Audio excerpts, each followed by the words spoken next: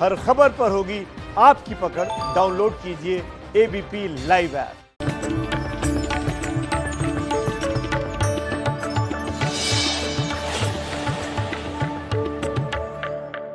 जीवन अनंत है, ब्रह्मांड अनंत है, शक्तियां अनंत हैं। ये योग की यात्रा उसी अनंत की ओर आपको लेकर के जाती है और उस अनंत का बोध आपके भीतर कराती है। मैं आरोग्य की दृष्टि से बात करूं तो जितने शारीरिक व्यायाम हम जो करते हैं उसका परिणाम होता है एक सुंदर शरीर की प्राप्ति, आकर्षक व्यक्तित्व की प्राप्ति। हाँ, उनकी उपयोगिता है, वो करते रहना। लेकिन यदि आपको अनंत को पाना है, भीतर की सोई हुई शक्तियों को जगाना है, भीतर के असंतुलन को मिटाना है, यही तो बीमारी है। और बीमारी है क्या? एक शब्द में वैज्ञानिक तथ्यों के साथ यदि आप मुझसे पूछें कि बीमारी क्या है, तो मैं कहूंगा असंतुलन, अनियंत्रण, अनियमितता, विषमता, इम्बैलेंस। बैलेंस बिगड़ गया। शुगर का लेवल जितना रहना चाहिए था उतना नहीं रहा, बीपी का लेवल जितना रहना चाहिए था उतना नहीं रहा।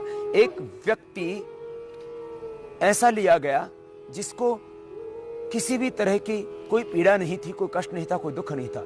एक नहीं, फिर दो नहीं, फिर 100, 200, 500, 1000 लोग ऐसे लिए गए जिनको कोई कष्ट नहीं था। उनके शरीर के पैरामीटर लिए गए, देखा, उनके मानदंड लिए कि उनकी हड्डियां कैसी होती हैं, उनका ब्रेन कैसा होता है, उनका थायराइड ग्लैंड क्या होता है, उस एक एक ग्लैंड का वेट भी लिया गया। पिट्यूटरी ग्लैंड कैसा होता है, उनकी आंखें कैसी होती हैं, उनका लीवर कैसा होता है, उनकी आंखें कैसी होती हैं। इसी को ही स्वस्थ व्यक्ति का मानदंड माना गया।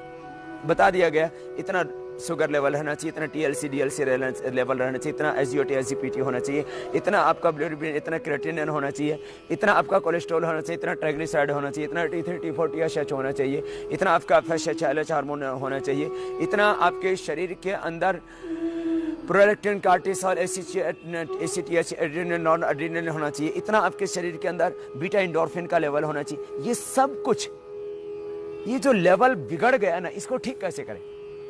ये बिगड़ने का नाम ही बीमारी है। उसको अलग अलग नाम दे दिए जाते हैं और उसके पीछे अलग अलग लोग अपना धंधा शुरू कर देते हैं। एक बोलता है तेरा ये गड़बड़ हो गया ना तो मैं ठीक करूंगा, मेरे पास इसकी दवाई है। दूसरा बोलता मैं इसका विशेषज्ञ हूं, मैं इसकी जांच करूंगा। और इसी से चलती है ये स्वास्थ्य के नाम पर तबाही। करोड़ों लोगों की जेब हो जाती है खाली, लेकिन वो मेरा भाई लाखों करोड़ों खर्च करके भी पा नहीं सकता आरोग्य। योग एक ऐसी परंपरा है जिसके अभ्यास आपको खुद ही रोग से मुक्ति दे देते हैं।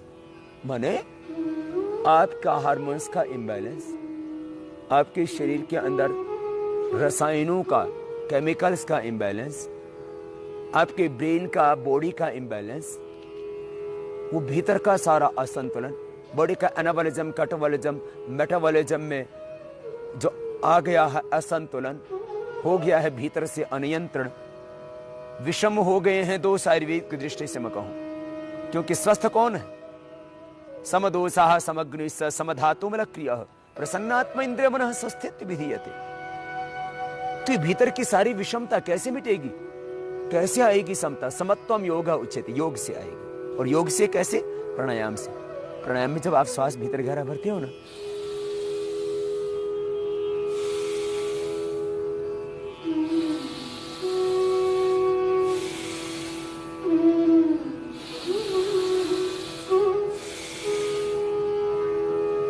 शरीर की प्रत्येक कोशिका को पोषण देते हैं। हाँ, पोषण केवल आहार से ही नहीं मिलता, पूरा पोषण तो प्राण से मिलता है, ऑक्सीजन से मिलता है।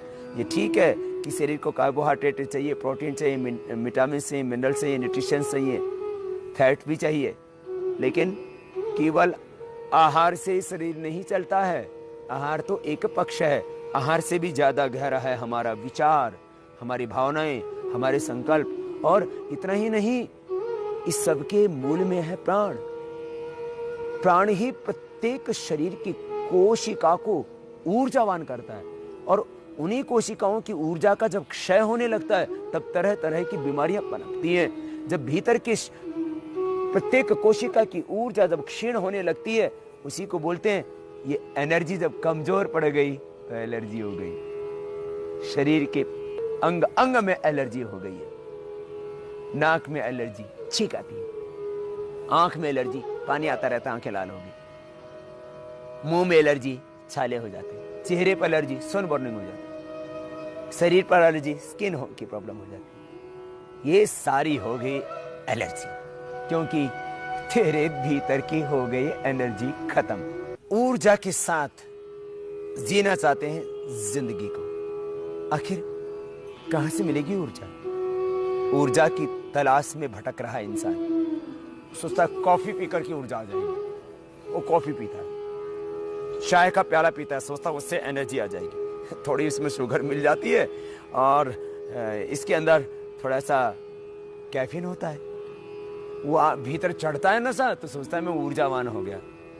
कुछ मार्केट में सामान बेचने वाले आ गए, बोला हमारी चीज खाओ, इससे ऊर्जा मिल जाएगी, हम टॉनिक बनाते हैं। ऊर्जा हर पल शक्ति से, साहस से, पराक्रम से, स्वाभिमान से भरा हुआ जीवन आखिर किसको नहीं चाहिए? योग से मिलेगा ये जीवन। हाँ, ये प्राणायाम की प्रक्रिया ऐसी है, शरीर के प्रत्येक कोशिका को यदि आपको ऊर्जा से भरना है तो प्राणायाम के सिवा और कोई दूसरा रास्ता ही नहीं है। हमारे शरीर की प्रत्येक कोशिका में, बॉडी के प्रत्येक सेल में एक होता है अंदर माइटोकॉन्ड्रिया, और वहीं से होती है ऊर्जा की उत्पत्ति। इसको कुछ ऐसे ही समझो जैसे कि हम मोबाइल की बैटरी चार्ज करते हैं, मोबाइल की बैटरी चार्ज करते हैं, मोबाइल पर लगा करके 2 घंटा चार्ज करते हैं और दिन भर यूटिलाइज करते हैं, बात करते हैं, संवाद करते हैं, ऑफिस की बात, बिजनेस की बात, प्रेम की बात, लेकिन पहले 2 घंटा बैटरी को चार्ज करना पड़ता है। तो तू मोबाइल की बैटरी तो चार्ज करता है, तेरे भीतर की बैटरी डिस्चार्ज हुई पड़ी है, किससे बात करेगा, क्या बात करेगा?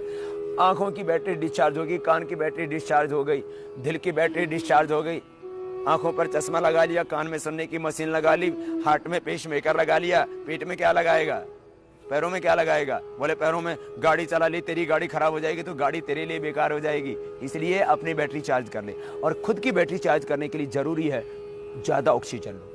ये जो हम सांस लेते हैं ना, ये सीधा फेफड़ों में जाता है, फेफड़ों से हमारे जो रेड ब्लड सेल हैं इसको एब्जॉर्ब कर लेते हैं, और एब्जॉर्ब करके वो पूरे शरीर को भेज देते हैं, और प्रत्येक कोशिका को इसी से मिलता है पोषण, क्योंकि माइटोकॉन्ड्रिया में लीवर से आता है ग्लूकोज और इधर से फेफड़ों से ब्लड के माध्यम से जाता है ऑक्सीजन, और ये दोनों ही मिलकर के नई एनर्जी को करते हैं जनरेट। यह है एक बड़ा अंतर शारीरिक व्यायाम में और प्राणायाम में।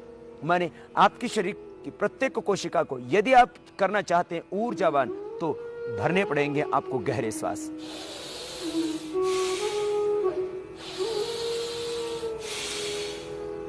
यह है प्राण विज्ञान, लेकिन ये इतना ही नहीं और बहुत गहरा है। और फिर इस प्राणायाम के जो 7 स्टेप्स हैं, पहले भस्त्रिका करो,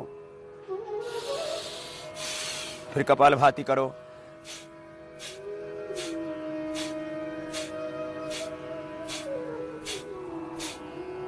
फिर बाह्य प्राणायाम करो,